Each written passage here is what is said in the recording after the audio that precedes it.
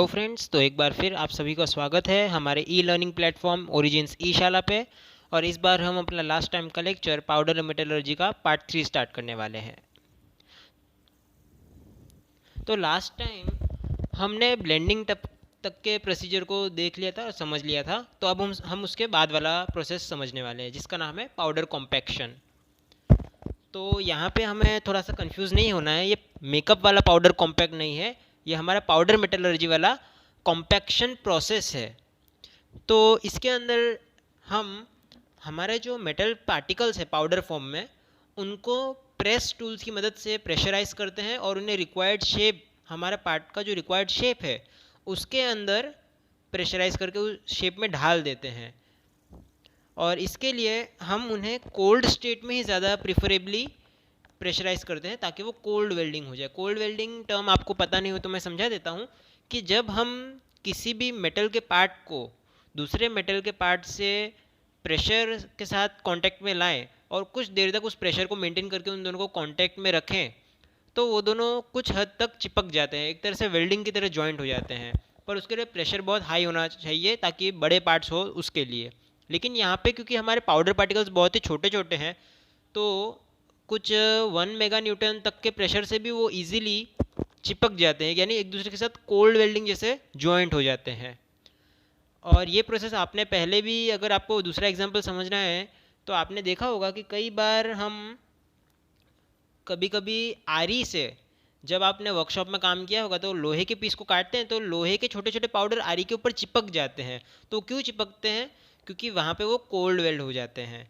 तो उसी तरह से हमें भी यहाँ पे थोड़ा सा प्रेशर देके उन्हें कोल्ड वेल्डिंग करना है, इसलिए ज़्यादातर केस में हम उन्हें ठंडी स्टेट में यानी नॉर्मल रूम टेम्परेचर पे ही उन्हें प्रेशराइज करते हैं। हाँ, कभी कभी ऐसा भी होता है कि हम उन्हें गर्म करके भी प्रेशराइज करते हैं, पर वो स्पेसिफिक कंडीशंस होती है तब। और हमारा जो पाउडर कॉम्पैक्शन का प्रोसेस है उसका मेन हमारा एम यही है कि हमारा जो पाउडर है उसे एक डिज़ायर्ड शेप में फाइनल डायमेंशन से नियर अबाउट उस शेप में ढाल देना है ताकि, और हाँ, इस एक बात का याद रखना है कि फाइनल डायमेंशन से एग्जैक्ट नहीं, उससे नियर अबाउट। एग्जैक्ट क्यों नहीं? क्योंकि सिंटरिंग प्रोसेस के टाइम पे भी थोड़ा सा हीटिंग करेंगे तब मेटल के अंदर डिफॉर्मेशन आ सकती है, इसलिए हम उसे डायरेक्टली फाइनल डायमेंशन नहीं पर उसके नियर अबाउट डायमेंशन तक प्रेस करेंगे।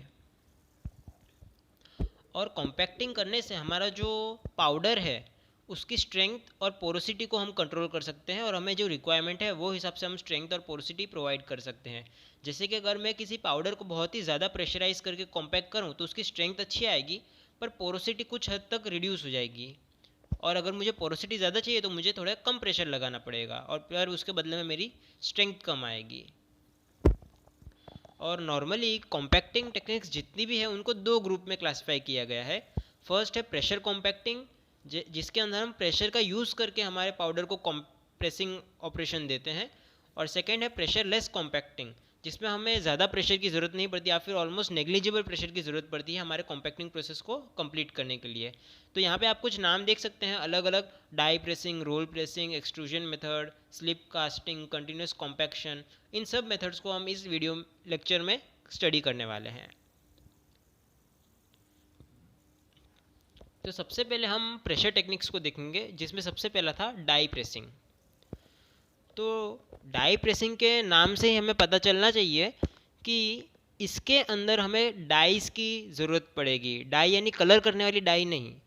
मैकेनिकल इंजीनियरिंग के अंदर यूजुअली जब प्रेस की बात आती है, प्रेस यानी मैकेनिकल प्रेस, जिससे हम भारी भरकम मेटल्स को पिचका सके, वैसी मशीन जो आती है प्रेस, वो वाली मशीन की बात करें तो उसके अंदर हम एक टूल यूज़ करते हैं, उसे कहते हैं डाई, जिसके अंदर एक स्पेसिफिक शेप होता है हमारे पार्ट का ऑपोजिट। तो उस शेप को कंटेन करने वाला एक मेटल कंटेनर जिसकी बहुत ही हाई स्ट्रेंथ हो, वेयर रेजिस्टेंट हो, वो हमारी डाई है जो एक स्पेसिफिक शेप में बनी होती है। तो उसका यूज़ करना है, जिसे नॉर्मली हम शेपिंग डाइस कहते हैं। और उसके साथ ही प्रेस मैकेनिकल या हाइड्रोलिक हो सकती है। और उसके अंदर जो हमारी डाई है उसके अंदर हमें मेटल पाउडर पहुंचाने के लिए हॉपर की ज़रूरत पड़ती है। तो हॉपर, शेपिंग डाइस और डाई के साथ उस डाई को डाई के अंदर रहे हुए पाउडर को प्रेशराइज करने के लिए अपर पंच एंड लोअर पंच, इतने कंपोनेंट्स की हमें डाई प्रेसिंग के लिए ज़रूरत पड़ती है। तो यहाँ पे मैं आपको उसकी एक फिगर बता रहा हूँ जिसमें आप देख सकते हैं कि ये वाला जो पोर्शन है मेरा दो, वो एक्चुअली मेरा एक सिलिंड्रिकल डाई पोर्शन है। तो ये सिलेंडर के अंदर यहाँ पे बीच में एक कैविटी है, यानी खाली जगह है, जिसके अंदर मैं अपने पाउडर को हुपर की मदद से फिल कर दूंगा। और मुझे एक बात याद रखनी है कि फाइनल मेरा जो पार्ट का साइज़ होगा, वॉल्यूम होगी, उससे थोड़ा सा ज़्यादा पाउडर मुझे डालना पड़ेगा, क्योंकि अभी मैं जो पाउडर डाल रहा हूँ वो थोड़ा लूजली, उसके अंदर कुछ एयर गैप्स होंगे, वो थोड़ा लूजली हेल्ड होगा, इसलिए उसकी वॉल्यूम थोड़ी सी ज़्यादा आएगी। मैंने आपको बताया था अपेरेंट डेंसिटी के टाइम पे उस तरह से। तो एक बार हम लोअर पंच के ऊपर जो डाई कैविटी है उसमें पाउडर को फिल कर देते हैं, और फिर इस पाउडर को हम दोनों अपर पंच और लोअर पंच दोनों को एक दूसरे की तरफ पुश करके हमारे इस पाउडर को प्रेशराइज करते हैं। इस प्रेशराइज होने के प्रोसेस के बाद जो हमें पाउडर का कॉम्पैक्ट फॉर्म मिलता है उसे हम ग्रीन कॉम्पैक्ट या ब्रिकेट कहते हैं, और उसे हम बाद में इजेक्ट कर देते हैं लोअर पंच को थोड़ा सा ऊपर हाइट पे एलिवेट करके। तो इस तरह से हम डाई प्रेसिंग ऑपरेशन करते हैं। और जो मैंने बात की थी कि हम मैकेनिकल और हाइड्रोलिक प्रेस दोनों यूज़ कर सकते हैं, तो उसमें से जो हमारी मैकेनिकल प्रेस है वो हमें 100 किलो न्यूटन से लेकर 5 मेगा न्यूटन तक की प्रेशर रेंज दे सकती है, और उसमें अलग अलग मेटल्स के ऊपर हम वर्क कर सकते हैं पाउडर मेटलर्जी के रिस्पेक्ट में। और उनकी एक खासियत ये बहुत अच्छी है कि मैकेनिकल प्रेस जो है उनका बहुत ही हाई स्पीड प्रोडक्शन रेट मिलता है, यानी उसका जो स्ट्रोक्स पर मिनट आता है कि प्रेस कितनी स्पीड से जल्दी ऊपर नीचे आ सकती है, वो बहुत ही हाई होती है। और उनकी डिज़ाइन में भी बहुत ही फ्लेक्सिबिलिटी होती है कि मुझे अगर मेरे कंपोनेंट का शेप चेंज करना है तो उसके लिए मुझे जो मशीन में चेंज करने पड़ेंगे वो बहुत ही कम है, इसलिए मैं उसे फ्लेक्सिबल कह रहा हूँ। और उसका कंस्ट्रक्शन बहुत सिंपल होता है, छोटे साइज़ में होती है मैकेनिकल प्रेस, और हाइड्रोलिक प्रेस के कंपैरिजन में सस्ती भी पड़ती है, इसलिए उसका इन्वेस्टमेंट कॉस्ट भी कम है और इकोनॉमी ऑफ ऑपरेशन भी अच्छी आती है। और रही बात हाइड्रोलिक प्रेस की, तो हाइड्रोलिक प्रेस हम तभी यूज़ कर सकते हैं जब हमें बहुत ही हाई, जो हमारे 5 मेगा न्यूटन की लिमिट है उससे भी ज़्यादा हाई प्रेशर की ज़रूरत हो, तब हम स्पेसिफिकली हाइड्रोलिक प्रेस की तरफ जाते हैं, जिसमें हमें बहुत ज़्यादा प्रेशर तो मिल जाता है लेकिन हमारी स्ट्रोक स्पीड उसके बदले में बहुत कम हो जाती है, जो है 20 स्ट्रोक्स पर मिनट जितनी कम हो जाती है, जबकि मैकेनिकल प्रेस में इससे बहुत कई गुना ज़्यादा हमें स्ट्रोक स्पीड मिल सकती है। इसलिए हमें एक बात का बहुत ही अच्छे से ध्यान रखना पड़ता है कि हाइड्रोलिक प्रेस का यूज़ हम तभी करते हैं जब हमें बहुत हाई प्रेशर की ज़रूरत है। पर हाई प्रेशर की ज़रूरत पड़ेगी क्यों?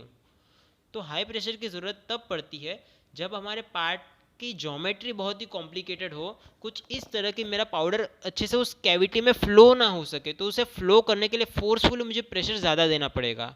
तो उस हाई प्रेशर को अचीव करने के लिए ही हम हाइड्रोलिक प्रेस का यूज़ करते हैं।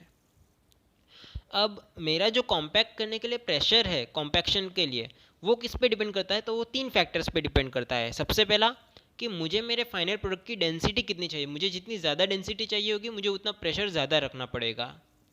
सेकेंड कि मेरे पाउडर पार्टिकल का शेप और साइज़ क्या है। तो मैंने आपको लास्ट लेक्चर में बताया था पाउडर प्रॉपर्टीज़ के बारे में कि जो मेरे स्पेरिकल शेप के पाउडर होता है बहुत ही अच्छे से फ्लो हो जाता है, तो वैसे केस में मुझे प्रेशर बहुत ही कम चाहिए। लेकिन जब डेंड्राइटिक टाइप का कोई मेरा पाउडर हो जो फ्लो इजीली ना हो सके, तो मुझे उस पर ज़्यादा प्रेशर देना पड़ेगा ताकि वो फ्लो हो सके। और फाइनली कि हमारे खुद मेटल के फिजिकल और मैकेनिकल प्रॉपर्टीज़ पे ये डिपेंड होता है। कुछ मेटल ऐसे होते हैं जो सेल्फ लुब्रिकेटिंग टाइप के होते हैं, जैसे कि उनकी पाउडर बन जाने के बाद की जो सरफेस फिनिश होती है उन पार्टिकल्स की, वो बहुत ही अच्छी होती है, तो उस वजह से भी वो फ्लो बहुत ही अच्छे से कर पाते हैं क्योंकि उनका इंटरनल फ्रिक्शन नहीं होता। तो इसलिए हम फिजिकल मैकेनिकल प्रॉपर्टीज़ पे भी हमने देखा था लास्ट लेक्चर में पाउडर की बहुत ही इंपॉर्टेंट प्रॉपर्टी मानी जाती है। तो इसके साथ हमारा डाई प्रेसिंग पूरा हो गया है। अब हम देखने वाले हैं रोल प्रेसिंग, जिसे हम कंटिन्यूस प्रेशर कॉम्पैक्टिंग भी कहते हैं। तो इसके अंदर हम एक कंटिन्यूस मेटल सेक्शन बनाते हैं हमारे मेटल पाउडर के ब्लेंड से। यहाँ पे मैं ब्लेंड कह रहा हूँ। ब्लेंड क्यों कह रहा हूँ? क्योंकि हम ब्लेंडिंग कर चुके हैं। ब्लेंडिंग के बाद का जो हमारा बचा हुआ है मेटल पाउडर, ब्लेंडिंग के बाद के प्रोसेस का, उसे हम ब्लेंड कहेंगे, मेटल पाउडर ब्लेंड। तो उस मेटल पाउडर ब्लेंड को हम कंटिन्यूस सेक्शन के अंदर कन्वर्ट करेंगे, दो रोलर्स के बीच में से पास करते हुए। और उन दोनों रोलर्स के बीच का डिस्टेंस हमें जो कंटिन्यूस सेक्शन का क्रॉस सेक्शन चाहिए उसके हाइट या थिकनेस पे डिपेंड करता है। तो यहाँ पे मैंने आपको एक फिगर बताई है जिसमें मैंने हुपर से पाउडर को फीड कर दिया है, जिसे आप फीडर भी कह सकते हैं। और मेरे होपर के एग्जिट पर दो रोलर हैं जो दोनों ऑपोजिट डायरेक्शन में घूम रहे हैं। ऊपर वाला रोलर एंटी क्लॉकवाइज में घूम रहा है और नीचे वाला क्लॉकवाइज में घूम रहा है। तो इस रोलिंग एक्शन की वजह से मेरे पाउडर पार्टिकल्स पे प्रेशर भी आएगा और उन्हें एक डायरेक्शन भी मिलेगी फ्लो होने के लिए। तो एक रेगुलेटेड पाउडर की स्ट्रीम मेरे इन दोनों रोल्स से गाइड होती हुई बाहर निकलेगी, जिसके ऊपर कंटिन्यूसली एक प्रेशर अप्लाई हो रहा है, इसलिए इसे कंटिन्यूस प्रेशर कॉम्पैक्टिंग भी कहा जाता है। और हमारे जो पाउडर की डेंसिटी है, डेंसिटी या फिर दूसरी प्रॉपर्टीज़ को अगर मुझे चेंज करना है तो मुझे प्रेशर चेंज करना पड़ेगा। और प्रेशर चेंज करने के लिए मुझे इन दोनों रोल के बीच का जो डिस्टेंस है, वर्टिकल डिस्टेंस या फिर आप कह सकते हैं कि एक्शियल डिस्टेंस, वो चेंज करना पड़ेगा। तो उससे मैं प्रॉपर्टीज़ को भी इजीली चेंज कर सकता हूँ। और ये जो टेक्निक है ये सिंपल शेप जैसे कि रॉड हो गई, सर्कुलर रॉड, या फिर मेटल शीट, मेटल की ट्यूब, जैसे कि सिमेट्रिकल कंपोनेंट्स जो होते हैं ना, उन्हें बनाने के लिए ज़्यादा यूज़ होती है, क्योंकि ये सिंपल कंपोनेंट्स ही बना सकती है। इससे हम ज़्यादा कॉम्प्लेक्स कंपोनेंट बनाने जाएंगे तो हमारे रोल भी वैसे मुझे स्पेसिफिक शेप के लेने पड़ेंगे और वो बहुत ही कॉस्टली हो जाएगा। इसलिए हम इसे सिंपल शेप्स तक ही लिमिटेड रखते हैं। और एक खास नोट करने की बात है इसके अंदर कि हमारा जो कन्वेंशनल रोलिंग प्रोसेस आता है, मेटल रोलिंग, कि जिसके अंदर हम मेटल के बिलेट से रॉड बनाते हैं, ये प्रोसेस के अंदर क्योंकि हमारे पास पाउडर है, हमारे रोलर्स की स्पीड उस प्रोसेस से बहुत ही ज़्यादा कम होती है। बहुत ही कम स्पीड पे हमारे रोलर्स घूमते हैं कन्वेंशनल रोलिंग प्रोसेस के कंपैरिजन में। इसके साथ हमारा रोल प्रेसिंग प्रोसेस भी कंप्लीट हो गया है। अब थर्ड प्रोसेस है एक्सट्रूजन टेक्निक। तो आपने कई बार देखा होगा कि हम कहते हैं कि इन्वेडर्स आ गए हैं। इन्वेडर यानी जो घुसपैठ करके अंदर घुस गए हो। तो एक्सट्रूजन उसका उल्टा है कि जो बाहर निकल गए हो, भाग गए हो, उसे हम कहते हैं एक्सट्रूडर्स। तो एक्सट्रूजन मतलब किसी चीज़ को धक्के मारकर बाहर निकालना। तो ये भी एक प्रेशर कॉम्पैक्टिंग टेक्निक ही है, जिसके अंदर हम मेटल पाउडर को पहले तो एक कंटेनर में पैक कर देंगे और उस कंटेनर के अंदर एक डाई ओपनिंग और रैम होगी। तो दोनों सेम साइड में भी हो सकते हैं, ऑपोजिट साइड में भी हो सकते हैं। उसके लिए मैं आपको ये फिगर बताता हूँ जिसमें फॉरवर्ड एक्सट्रूजन और बैकवर्ड एक्सट्रूजन है। फॉरवर्ड एक्सट्रूजन के अंदर मेरी डाई ओपनिंग और रैम दोनों ऑपोजिट साइड के अंदर है और बैकवर्ड एक्सट्रूजन के अंदर दोनों सेम साइड में है। तो इनके अंदर मैंने एक बार अपना मेटल पाउडर फिल कर दिया, उसे थोड़ा सा हीट भी किया है, इसलिए यहाँ पे रेड कलर बताया। उसे थोड़ा सा हीट कर देते हैं ताकि वो थोड़ा स्लरी जैसा लिक्विफाई हो जाए ज़रा सा, तो वो इजीली फ्लो हो सके। अब ये कंटेनर मेरा कम्प्लीटली सील्ड है, तो सिर्फ मेरी जो डाई ओपनिंग है वहीं से मेरा मेटल पाउडर अब निकल सकता है। तो एक बार मैंने इसके अंदर मेटल पाउडर भर दिया है और अब मैं दूसरे साइड से उसे रैम से प्रेशराइज करूँगा। तो प्रेशराइज करने की वजह से मेरा पाउडर कॉम्पैक्ट भी होता जाएगा और फ्लो भी होता जाएगा डाई ओपनिंग में से। और इंटरेस्टिंगली जो मेरा मेटल का शेप आएगा वो डाई ओपनिंग के शेप पे डिपेंड करेगा। जैसे मेरी डाई ओपनिंग का शेप होगा उसी फॉर्म में मेरा मेटल भी बाहर फ्लो होकर मिलेगा। जैसे कि मेरी डाई ओपनिंग सर्कल है तो मुझे रॉड मिलेगी, और एकदम बहुत ही छोटा सर्कल है तो मुझे वायर भी मिल सकता है। और अगर रेक्टेंगल डाई ओपनिंग है यानी डाई के अंदर मैंने रेक्टेंगुलर क्रॉस सेक्शन काटा हुआ है तो मुझे एक प्लेट भी मिल सकती है, जितनी थिकनेस रेक्टेंगल की होगी उतनी। और सिर्फ मेटल पाउडर्स ही नहीं, बल्कि ऐसा सच कहूँ तो मेटल पाउडर्स के ज़्यादा तो ये प्लास्टिक पाउडर्स पे ज़्यादा यूज़ होती है। जो हमारी प्लास्टिक मैन्युफैक्चरिंग है उसके अंदर एक्सट्रूजन बहुत ही इंपॉर्टेंट प्लेस लेता है कि हमारे मोस्ट ऑफ प्लास्टिक के इक्विपमेंट्स जो हैं वो एक्सट्रूजन से बहुत ही ईजिली बन जाते हैं। इसलिए और प्लास्टिक मैन्युफैक्चरिंग में भी बहुत कॉमन है कि प्लास्टिक के हम ग्रैन्यूल्स यानी पाउडर फॉर्म में ही ज़्यादा यूज़ करते हैं। इसीलिए ये जो प्रोसेस है इसका मेटल्स पे बहुत ही लिमिटेड एप्लीकेशन है, क्योंकि जैसे कि मैंने कहा हमें उसको थोड़ा सा हीट करना पड़ता है कि वो स्लरी फॉर्म में आ जाए, थोड़ा सा सेमी सॉलिड टाइप हो जाए, थोड़ा फ्लो होने जैसा। तो उसके लिए उतनी हीट भी देनी पड़ेगी। तो उतनी हीट देना हर मेटल के लिए पॉसिबल नहीं है। जिन मेटल्स का मेल्टिंग पॉइंट लो है उनके लिए ओके है, पर हाई मेल्टिंग पॉइंट वाले के लिए सूटेबल नहीं है। तो एक्सट्रूजन टेक्निक भी सिंपल थी और कंप्लीट हो गई है। अब उसके बाद हम देखने वाले हैं हाई एनर्जी रेट फॉर्मिंग। तो इसके नाम से ही पता चल रहा है कि बहुत ही हाई एनर्जी वाला प्रोसेस होगा कोई, ये है ना। तो ये हाई एनर्जी तो है इसके अंदर, पर उसका यूज़ क्या है क्योंकि इसके अंदर हमें बहुत ही ज़्यादा हाई प्रेशर यूज़ करना है कॉम्पैक्टिंग करने के लिए। इसलिए स्पेशली जब हमें वेरी हाई प्रेशर रिक्वायरमेंट हो तब हम इस प्रोसेस की ओर आते हैं। इसके अंदर 4 टाइप होते हैं, या तो आप मैकेनिकली कर सकते हैं, न्यूमेटिकली कर सकते हैं, एक्सप्लोजिव डिस्चार्ज से कर सकते हैं, या फिर स्पार्क डिस्चार्ज से कर सकते हैं। तो इसमें से हम सबसे ज़्यादा पूछाने वाला क्वेश्चन एक्सप्लोजिव डिस्चार्ज मेथड को समझेंगे। और ये जो एक्सप्लोजिव डिस्चार्ज और स्पार्क डिस्चार्ज मेथड है, क्योंकि वो बहुत ही डेंजरस है, तो उन्हें क्लोज डाई के अंदर प्रिफरेबली किया जाता है सेफ्टी पर्पस के लिए। तो जो मेरा एक्सप्लोजिव डिस्चार्ज मेथड है, उसके अंदर मैं हमारे पाउडर का जो ब्लेंड है उसका एक लेयर डाई के ऊपर सूटेबल थिकनेस से बना दूंगा। लेकिन मुझे एक बात की ध्यान रखना है कि जो मेरा लेयर बनेगा यहाँ पर, ये आप ब्लू पोर्शन जो देख रहे हैं यहाँ पर, वो मेरा मेटल पाउडर का लेयर मैंने डाई के ऊपर चिपका दिया है। तो ये थिकनेस मेरी एक्चुअल पार्ट के थिकनेस से थोड़ी सी ज़्यादा रखनी पड़ेगी, क्योंकि कॉम्पैक्ट होने के बाद वो थिकनेस रिड्यूस हो जाएगी। और इसके नीचे ये वाला जो पोर्शन आप देख रहे हैं, यहाँ पे मैंने एक वैक्यूम ट्यूब रखी है। वो इसीलिए है कि मैंने स्टार्टिंग में जो लेयर बनाया है उसके अंदर कुछ एयर गैप्स रह गई होगी या एयर ट्रैप रह गई होगी अंदर। तो जब मैं उसे कॉम्पैक्ट करूँगा तब मेरी ये पूरी असेंबली किसी सॉल्वेंट के अंदर डिप की हुई होगी। तब वहाँ पे अगर मैंने एयर गैप्स में से एयर के निकलने के लिए कोई सुविधा नहीं की, तो मेरा जो पार्ट ब्रिकेट बनेगा उसके अंदर मेरे को पोर्स मिल जाएंगे, फिर सरफेस में उसके कुछ खड्डे पिट्स मिल जाएंगे जहाँ से एयर निकली हो। तो वैसा नहीं करने के लिए मैं मेरी डाई के अंदर यहाँ पे नीचे के पोर्शन में एक वैक्यूम ट्यूब लगा देता हूँ कि जिसमें कॉम्पैक्टिंग के टाइम जो भी एयर एस्केप होनी होगी वो उसके अंदर से थ्रू साइड में बाहर निकल जाएगी और मेरे ब्रिकेट के अंदर कोई भी डिफॉर्मेशन नहीं आएगा।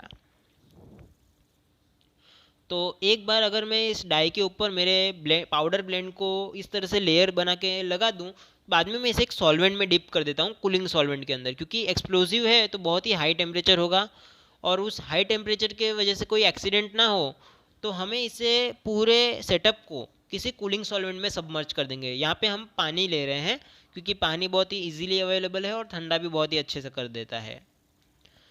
इसे एक बार पानी में रखने के बाद हम जस्ट हमारे पाउडर मेटल के ऊपर यहाँ पर ये जो 2 कलर के डिनोट किया है वहाँ पे हम एक्सप्लोजिव का ब्लास्ट करते हैं। तो जैसे ही मेरा एक्सप्लोजिव एक्सप्लोड होता है तो उससे कुछ शॉक वेव निकलती है। तो ये जो शॉक वेव है एक्सप्लोजन की, वो मेरे पाउडर पे प्रेशराइज करती है और उसे ज़मीन पे या फिर मेरे डाई के ऊपर प्रेशराइज करके चिपका देती है और उस शेप में ढाल देती है।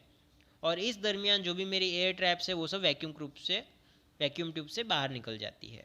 तो ये था हमारे हाई एनर्जी रेट फॉर्मिंग। अब इसके बाद का प्रोसेस है वाइब्रेटरी कॉम्पैक्शन। ये भी प्रेशर टाइप की कोई कॉम्पैक्टिंग मेथड है, लेकिन इसके अंदर दूसरे मेथड्स के कंपैरिजन में बहुत ही कम प्रेशर की ज़रूरत पड़ती है। ऐसा क्यों, ये अब अभी समझेंगे। ये जो हमारा वाइब्रेटरी कॉम्पैक्शन है इसके लिए एक फिनोमेना रिस्पॉन्सिबल है जिसकी वजह से हमें प्रेशर कम लगता है। उस फिनोमेना का नाम है वाइब्रेटरी ऑस्किलेशंस। तो ये वाइब्रेटरी ऑस्किलेशन जो है हमारे एयर गैप्स जो है पार्टिकल के बीच के उसको निकाल देती है, उसकी वजह से हमारा प्रेशर रिड्यूस हो जाता है।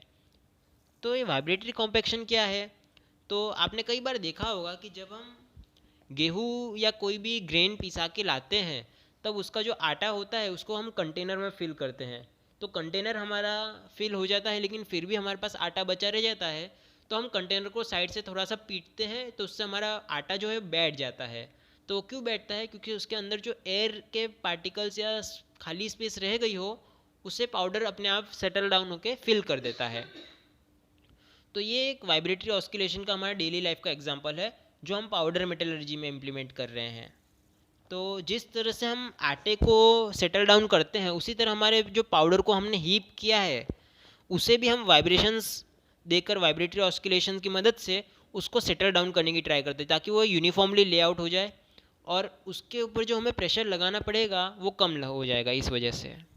तो यहाँ पे मैं आपको उसका एक सेटअप बता रहा हूँ जिसमें आप देख सकते हैं कि यहाँ पे मैंने ग्रीन कलर का टेबल है या फिर आप कह सकते हैं ट्रे है जिसके दोनों साइड में एक एक मोटर लगी हुई है। तो ये मोटर किस लिए है, ये मोटर इस ट्रे को रेसिप्रोकेट करने के लिए है। तो जैसे ही मैं अपना पाउडर के ब्लेंड को इसके अंदर रखूँगा ये टेबल को रेसिप्रोकेट करना चालू कर देगी इन अपोजिट डायरेक्शन में, एक बार इस तरफ एक बार इस तरफ, बहुत ही फास्ट स्पीड पे। तो इस रेसिप्रोकेशन की वजह से मेरा जो पाउडर का ब्लेंड है वो यूनिफॉर्मली लेआउट हो जाएगा।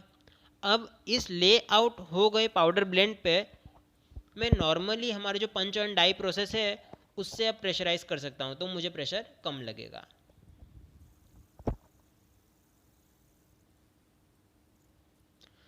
अब हम देखने वाले हैं प्रेशरलेस कॉम्पैक्टिंग मेथड। हमने अभी तक जो भी देखे थे वो सब प्रेशर टाइप थे, जिसमें लास्ट हमने वाइब्रेटिंग कॉम्पैक्शन देख लिया है। अब हम देखने वाले प्रेशरलेस, यानी जिसमें हमें प्रेशर की ज़रूरत नहीं पड़ती, ऐसे कॉम्पैक्शन टेक्निक्स। तो उसमें सबसे पहला है स्लिप कास्टिंग। तो स्लिप कास्टिंग ज़्यादातर सिरामिक पाउडर्स के लिए यूज़ होता है, मेटल के अलावा। मेटल के लिए बहुत ही लिमिटेड एप्लीकेशन है, वो क्यों है वो आपको अभी पता चल जाएगा, लेकिन ज़्यादातर सिरामिक्स के लिए इसका बहुत ही वास्ट यूज़ है इंडस्ट्री के अंदर। तो इसके अंदर हम एक स्लिप बनाते हैं। तो स्लिप किसे कहते हैं? स्लिप यानी हमारा जो मटेरियल है उसका पाउडर और एक लिक्विड सॉल्वेंट का मिक्सचर, उसे हम स्लिप कहते हैं। इस मिक्सचर को हम हमारे पार्ट के शेप के इस मोल्ड में डाल देते हैं। यहाँ पे आप फिगर देख सकते हैं कि यहाँ पे मैंने मेरे जो स्लिप है उसे इस शेप में पोर कर दिया है। पोर करने के बाद एक बात का याद रखना है कि ये जो मेरा मोल्ड है ये पोरस होगा। तो पोरस क्यों है? पोरस इसीलिए है कि जो मेरा सॉल्वेंट है उसके अंदर का लिक्विड एलिमेंट वो ऑब्जॉर्ब कर सके। और सॉल्वेंट सिलेक्ट करते हुए एक बात का खास याद रखना है कि जो भी हमारा सॉल्वेंट हम सिलेक्ट कर रहे हैं लिक्विड, वो इस तरह से सिलेक्ट करना है कि हमारा जो पाउडर है, जैसा कि यहाँ पे सिरामिक है उसके लिए हम वाटर सिलेक्ट कर रहे हैं, तो इसलिए करते हैं कि सिरामिक का जो पाउडर है वो पानी के नीचे सेटल डाउन नहीं होता, बल्कि पानी के अंदर सस्पेंडेड रहता है, यानी पानी में हमेशा मिला हुआ ही रहता है, वो नीचे जमा नहीं होता, सेडिमेंट नहीं होता। इसलिए हम सिरामिक पाउडर के साथ वाटर मिक्स करते हैं। तो इस मिक्सचर को हमने पोरस मोल्ड के अंदर डाल दिया है। अब पोरस वस्तु का नेचर ही ऐसा होता है कि वो लिक्विड को ऑब्जॉर्ब करती है। तो यहाँ पे सिरामिक और वाटर का जो मिक्सचर है उसको पोरस मोल्ड में डालने के बाद तुरंत जो मोल्ड की वॉल्स है जहाँ पे स्लिप के कांटेक्ट में है, वहाँ से सबसे पहले मेरा लिक्विड अब्जॉर्ब होना स्टार्ट होगा। ये जो डार्क पोर्शन है यहाँ से, तो यहाँ से जैसे ही मेरा लिक्विड अब्जॉर्ब होने लगेगा वो सॉलिडिफाई होने लगेगा। तो ये जो सॉलिडिफाइड पोर्शन मिला है इसके ऊपर बीच में रहा हुआ स्लिप अब प्रेशर लगाएगा, क्योंकि हाइड्रोस्टैटिक लॉ जो है हमारा लिक्विड्स का वो यही कहता है कि किसी भी कंटेनर में आप लिक्विड स्टोर करो तो उसकी डेप्थ के हिसाब से वो कुछ प्रेशर लगाता है। तो यहाँ पे प्रेशर लग रहा है पर ऑलमोस्ट नेग्लिजिबल है। तो इसकी वजह से हमारा एक सॉलिड सिरामिक की कोटिंग जैसा शेप हमें यहाँ पे मिल जाएगा, और ये मिलने के बाद हम इसे खाली कर देंगे। और इसके अंदर सबसे मेन इंपॉर्टेंट फैक्टर है टाइम, क्योंकि आप जितने टाइम ज़्यादा रहने देंगे उतना ज़्यादा लिक्विड अब्जॉर्ब होगा और उतनी ज़्यादा थिकनेस वाला पाउडर आपको मिलेगा। तो आपको कितनी थिकनेस चाहिए उस हिसाब से हम ऐसा एल्गोरिदम कंप्यूटर में बनाते हैं कि हमें टाइम बता देता है कि इतने टाइम तक आपको इसे मोल्ड के अंदर रखना है कि आपकी इतनी थिकनेस मिल जाएगी। उसके बाद आप इसे खाली कर सकते हैं और इस स्लिप का आप दूसरे कास्टिंग के लिए यूज़ कर सकते हैं या फिर दूसरे मटेरियल पार्ट बनाने के लिए यूज़ कर दे सकते हैं। और मुझे फिर से नहीं कहना पड़ेगा कि ये जो हमारा पार्ट मिला है इसे ब्रिकेट भी कह सकते हैं। ब्रिकेट और ग्रीन कॉम्पैक्ट दोनों वर्ड्स यूज हो सकता है। अब प्रेशरलेस में हमारी दूसरी टेक्निक है, उसका नाम है कंटिन्यूस प्रेशरलेस कॉम्पैक्शन। तो ये सिर्फ निकल कैडमियम बैटरीज जो होती है हमारी, उसके लिए पोरस मेटल बनाने के लिए, पोरस मेटल की शीट्स बनाने के लिए बहुत यूज़ होता है।